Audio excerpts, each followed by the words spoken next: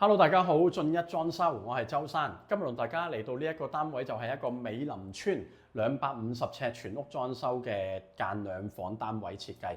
OK，咁呢一個單位都係做好晒深層清潔㗎啦。咁準備起貨。喺我背後就係大門嘅位置。咁喺大門嘅旁邊啦，就會係用呢個木廊同電視機櫃同埋衣櫃去到間開兩間房。好，首先睇一睇左手邊呢一間房。趟門去到間開做主人房，入到去裏邊就會見到有一張4尺嘅地台床，咁就埋邊兩個大嘅儲物空間啦。然之後前面可以做翻有4個櫃桶啦，係啦。跟住然之後床頭嘅位置，咁有軟包，跟住然之後咧拉落嚟亦都可以做到少少嘅儲物。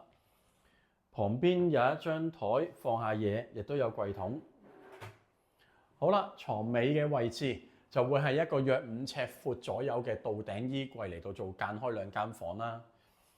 衣櫃咁其實亦都有好大嘅收納空間啦。呢度有個衣通掛衫區，埋邊亦都係一個衣通嘅掛衫區嚟嘅。咁就喺下邊亦都係掛衫啦，因為客人亦都比較多衫掛咁樣啦。OK， 咁啱啱喺大門嘅旁邊，咁樣就係一個曲尺到頂嘅 C 字櫃，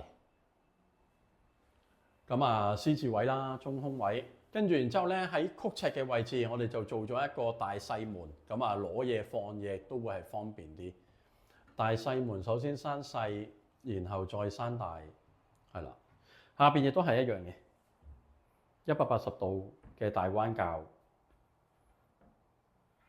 好，咁旁邊呢啲可以要嚟放鞋又好，雜物都好啦。咁就有櫃桶啦，係啦。好，啱啱我呢一個位置就會係梳化，然之後旁邊就會係放雪櫃，對住就會係電視機櫃嚟㗎啦。咁電視機櫃啦，亦都有一個玻璃格，另一個玻璃格放少少嘅 decoration 啦，上面就係一啲雜物嘅擺放啦，電視機櫃啦 ，OK， 放電視機。咁然之後呢度亦都係可以儲物，下邊就係櫃桶 ，OK。好，第二間房啦。第二間房就係呢個位置，就係一張約3尺半左右嘅上床小朋友房，下邊有衣櫃有書台。咁其實呢一個下床嘅衣櫃，佢都係一個好大嘅空間嚟嘅，掛衫啦，下邊做儲物啦 ，OK。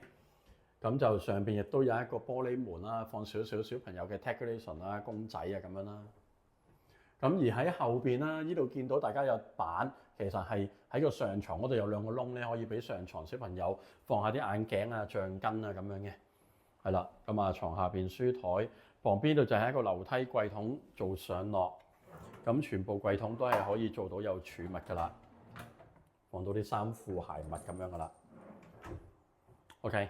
好，出到嚟騎樓嘅位置，騎樓位置咁樣就係一個廚房位嚟嘅，咁做上下廚櫃啦，上邊就係一個環字形嘅抽油煙機吊櫃，下邊就係一個曲尺形嘅煮食爐，下邊放洗衣機，咁然之後呢就係星盤。OK， 跟完之後好啦，廚櫃對住咧就會係洗手間嚟嘅，咁洗手間咧就冇特別嘅改動嘅。咁幫客人做咗個假天花，咁然之後就安裝埋呢一個抽氣扇咁樣啦，係啦。好，咁就呢一個單位啦，油漆就係翻油嘅，咁地下就係鋪呢一個200乘1.2米嘅長條木紋磚。今日同大家介紹係咁多，多謝大家嘅收聽收睇。咁嚟緊亦都係陸續會有其他嘅單位起貨，同大家分享呢一個少少嘅裝修設計。多謝大家，無中復不爛尾。